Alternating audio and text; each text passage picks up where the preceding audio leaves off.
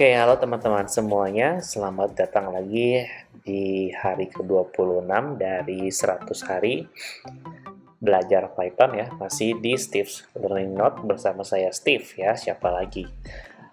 Dan di hari ke-26 ini kita akan belajar dua buah konsep yang namanya list comprehension dan dictionary comprehension. Suatu konsep yang unik ada di bahasa pemrograman Python.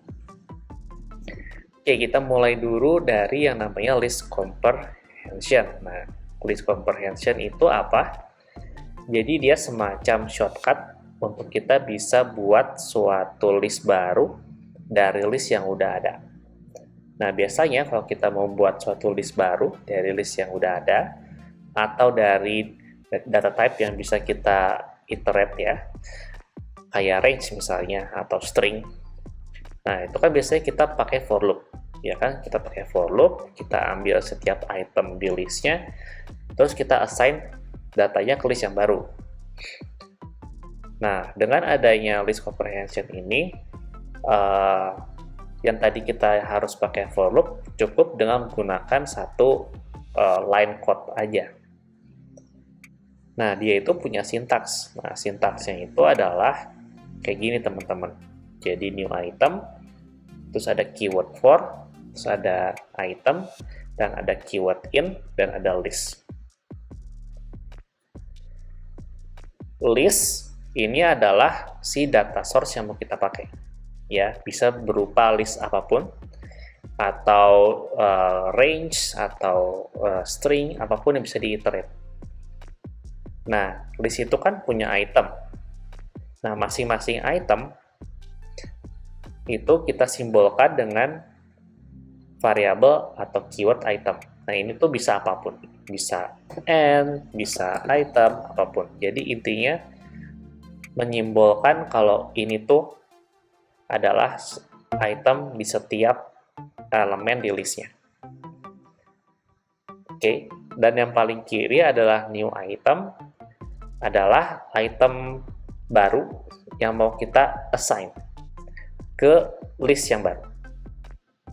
Ya, item baru yang mau kita assign ke list yang baru. Nah, contoh misalnya di challenge pertama ini, oke, adalah kita membuat list baru dengan atau di mana setiap elemennya itu adalah pertambahan satu dari list 1. Ya, jadi saya mau buat list baru yang isinya adalah 2, 3, dan 4. Nah, caranya gimana dengan menggunakan list comprehension? Caranya, kita taruh list satunya di paling kanan, ya, menandakan, oh, kita mau pakai data source dari list 1. Oke, untuk setiap elemen di dalam list 1, kita simbolkan dengan variabel n. Nah, tadi logiknya adalah elemen di list barunya itu pengen plus 1 dari setiap elemen yang ada di list 1. Jadi, kita set di sini elemen yang mau kita assign ke list barunya adalah n plus 1. Nah, kalau kita coba execute,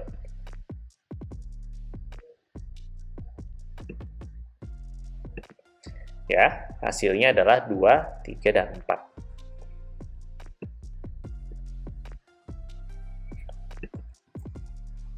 Nah, kita lanjut ke challenge berikutnya.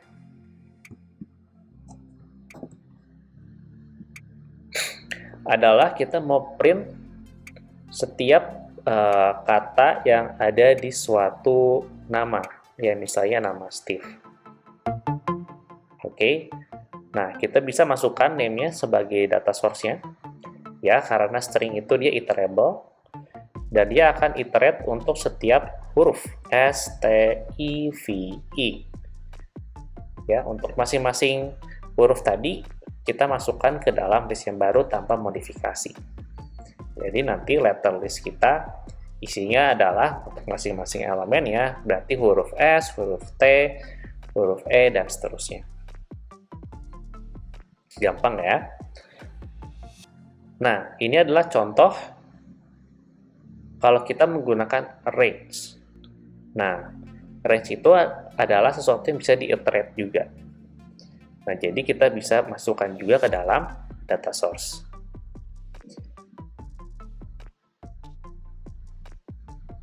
Nah, berikutnya ada yang namanya conditional, ya. Jadi list comprehension with conditional. Jadi bedanya dengan contoh-contoh sebelumnya, di belakang ini ada if.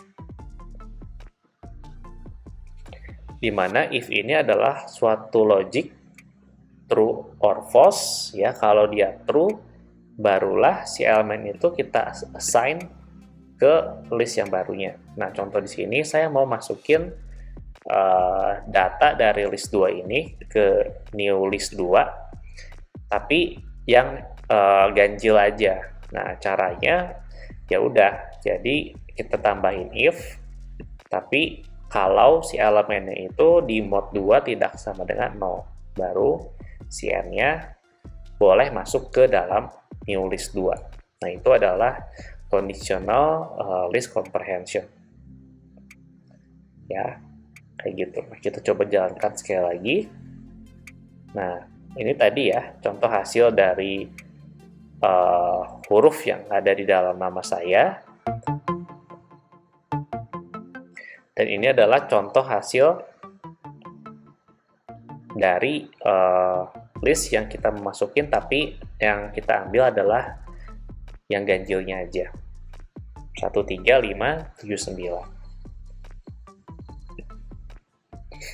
Nah, di challenge kedua, ini kita diminta untuk membuat suatu program di mana bisa menghasilkan suatu list baru, di mana list barunya itu hanya boleh angka-angka yang sama yang terdapat di file 1.txt dengan di file 2.txt. Jadi angka yang muncul di dua file ini, kalau muncul di dua tempat, baru kita pakai dan dimasukkan ke sebuah list yang baru. Ya udah, jadi caranya adalah kita tinggal open filenya, ya, sudah pernah kita bahas di hari sebelumnya ya. Kalau mau lihat bisa lihat di sini linknya, atau di sini. Kita ambil data untuk setiap angkanya di masing-masing file, di file 1 dan di file 2. Nah, terus kita bikin list baru nih dengan menggunakan list comprehension. Nah, caranya adalah untuk n, di mana n-nya ini adalah setiap elemen yang ada di dalam file 1. Oke, tapi ada kondisionalnya, yaitu si n yang ada di file 1 harus eksis di dalam file 2. Ya, jadi kalau kita print di challenge kedua ini, ya, dia hanya akan mengeluarkan elemen yang sama di dua file tersebut. Oke, sekarang kita masuk ke challenge berikutnya, yaitu adalah tentang dictionary comprehension. Ya, kalau sebelumnya kita sudah mempelajari tentang list comprehension, sekarang ke dictionary comprehension.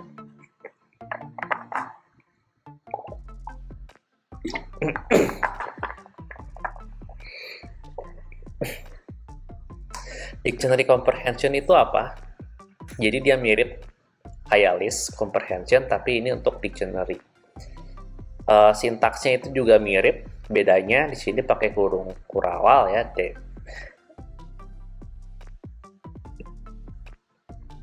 Oke, bedanya di sini dia pakai kurung kurawal instead of kurung siku yang ada di list comprehension. Dan bedanya lagi di paling kiri ini, dia ada suatu key dan value. Oke, jadi ada key dan value yang mau kita masukkan ke dalam dictionary yang baru. Ya, ini adalah sintaks kalau kita mau iterate. Nah, ini tuh iterate-nya dari list. Nah, kalau kita mau iterate-nya dari dictionary lagi, nah, sintaksnya adalah Sama, tapi bedanya di for-nya, kalau list kan cuma satu ya, item. Kalau ini dia ada key value juga. Ya, key value dari dictionary yang mau kita pakai. In sebuah dictionary .items ya. .items ini supaya si dictionary-nya dia bisa return key dan value-nya. Di mana key value itu disimpan di variabel key dan value. Oke, dan itu bisa kita pakai untuk key dan value baru untuk dictionary. Dan dictionary comprehension ini juga dia support conditional. Ya, sama di paling belakangnya kita tinggal tambahkan if, terus conditionnya apa. Contoh, misalnya saya mau punya dictionary baru dari dictionary 2 ini ya. Dictionary 2 ini isinya adalah 1 Monday, 2 Tuesday ya. Key value, key value. Saya pengen punya dictionary baru di mana key-nya itu adalah Monday, value-nya adalah 1. Ya, data keduanya, key-nya adalah Tuesday, value-nya 2. Jadi ditukar antara key dan value-nya. Caranya gimana? Ya udah, dictionary 2-nya kita jadiin dia data source-nya .items supaya dia bisa return key dan value ya. Dimana key value-nya kita simpan di variabel key dan value di dalam for yang ini. Nah, untuk key dan value yang mau kita set atau assign ke dictionary baru, karena ini mau ditukar, jadi kita tukar. Key-nya adalah si value, dan value-nya ada si key. Oke. Nah, contoh yang kedua adalah di sini kita mau hitung jumlah panjang kata dari suatu sentence. Ya. Nah, kita pengen si key-nya itu adalah si katanya. Jadi what, terus ada is, ada the, ya. Value-nya adalah panjangnya. Jadi kalau what panjangnya 4, is panjangnya 2 dan seterusnya. Caranya gimana? Jadi si sentence-nya ini kita split dulu by space. Ya, jadi nanti list of word ini isi adalah list word dari sentence ini. Ya, jadi what, is, the, airspeed gitu ya. Dan dari masing-masing list itu kita iterate untuk setiap word-nya kita masukin nih. Nah, word-nya itu jadi key-nya dan value-nya tadi adalah panjang atau length dari word-nya. Oke. Dan contoh terakhir ini adalah untuk convert suatu dictionary kayak gini. Jadi key-nya adalah hari ya, Monday, Tuesday, dan value-nya adalah suhu dalam Celsius, mau kita convert jadi Fahrenheit. Nah, caranya gimana? Ya, kita siapin dulu function untuk convert dari Celsius ke Fahrenheit-nya.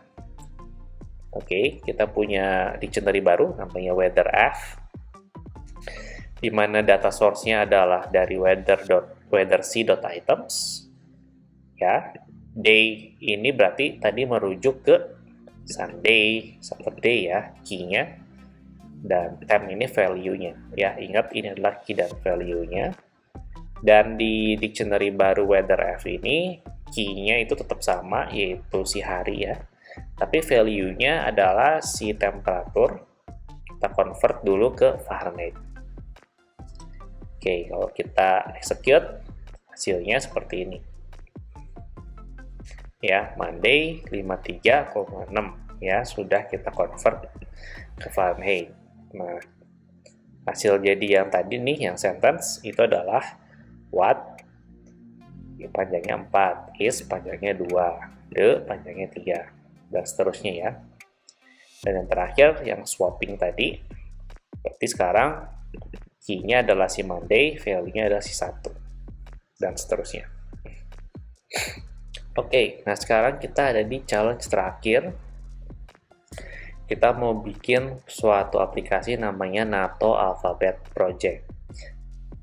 Apa sih projectnya? Nah, kalian pernah nggak waktu telepon gitu, terus minta di spelling nama kalian karena nggak jelas, terus kalian spelling, misalnya nama saya Steve, gitu ya. Steve itu di spelling jadi misalnya Sierra, Tango, apa lagi? Echo, V-nya mungkin apa ya? Nah, kalian bingung ya? V-nya apa ya? Nah, jadi bikin suatu aplikasi untuk membantu kalian bisa spelling sesuai dengan yang namanya NATO phonetic ya. Jadi contohnya kalau saya masukin Steve, enter, dia langsung keluarin spellingnya berdasarkan NATO phonetic ya. Jadi Sierra, Tango, Echo, Victor, Echo. Cara buatnya gimana? Jadi di sini sudah disiapkan suatu file CSV, ada 2 buah kolom, data letter dan data code. Ya, letter itu A sampai Z, dan code itu NATO representatifnya dari masing-masing letter ya. A untuk alpha, B untuk bravo, dan seterusnya. Nah, kita akan import dulu data CSV-nya ke dalam aplikasi kita menggunakan package Pandas ya, yang sudah pernah kita bahas di hari sebelumnya. Buat yang belum lihat, bisa lihat di link sebelah sini atau sebelah sini ya. Jadi seperti biasa, kita read dulu CSV-nya. Nah, terus kita mau punya data source.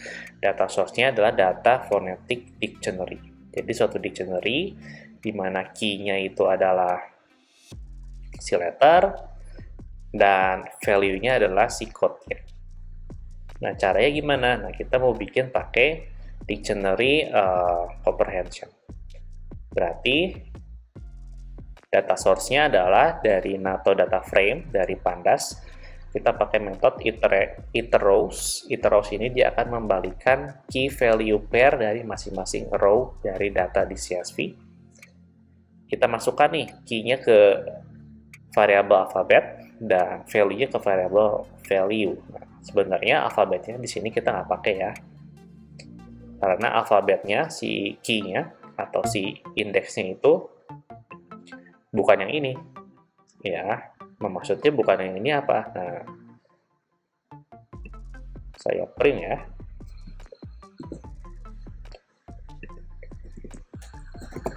Oh, harus di sini. Oops. Saya print NATO data frame ya. Saya execute nih. Nah, NATO data frame itu isinya key-nya ya. Itu ini 0, 1, 2 ya. Jadi ini bukan alfabet tapi key atau indeks. Key-nya itu 0, 1, 2, 3. Nah, baru value-nya itu adalah yang belah kanan ya, yang letter dan code-nya. Oke. Nah, kita nggak pakai key-nya, kita coba pakai value-nya. Nah, kita pengen si key di dictionary NATO phonetic dictionary itu adalah si letternya, yang ini ya, dan value-nya ada si code-nya. Jadi di sini kita tinggal panggil aja value.letter, kita convert ke lower supaya nanti bisa matching ke input dari user. Nggak usah pusing mikirin huruf besar kecil ya, kita convert aja semuanya huruf kecil, dan value-nya adalah si code-nya ya, yang ini. Nah, kita print, kita coba print ya, print NATO phonetic dictionary. Kita print. Nah, jadi sekarang kita sudah punya dictionary yang key-nya adalah si alfabetnya A, B, C, value-nya adalah si fonetiknya, si NATO fonetiknya, Alpha, Bravo, Charlie. Nah, next-nya itu simple, kita tinggal minta input aja dari user ya, masukin word itu. Nah, word ini kan seperti contoh tadi ya, dia bisa iterate, jadi langsung masukin aja ke sini ke dalam list comprehension ya, outputnya. Jadi outputnya itu adalah list comprehension, di mana data source-nya dari Word. Untuk setiap huruf yang ada di Word-nya itu kita mau cari dari NATO Phonetic Dictionary kita. Ya, kalau misalnya dia ada, data itulah yang mau kita masukin ke dalam output. Ya, berarti kalau kayak gini, isinya adalah value dari dictionary dan atau phonetic dictionary-nya. Dan terakhir baru kita output kayak gitu. Nah, dengan menggunakan dictionary comprehension dan list comprehension itu membuat code kita lebih ringkas ya, lebih simple ya. Apakah lebih mudah dibaca?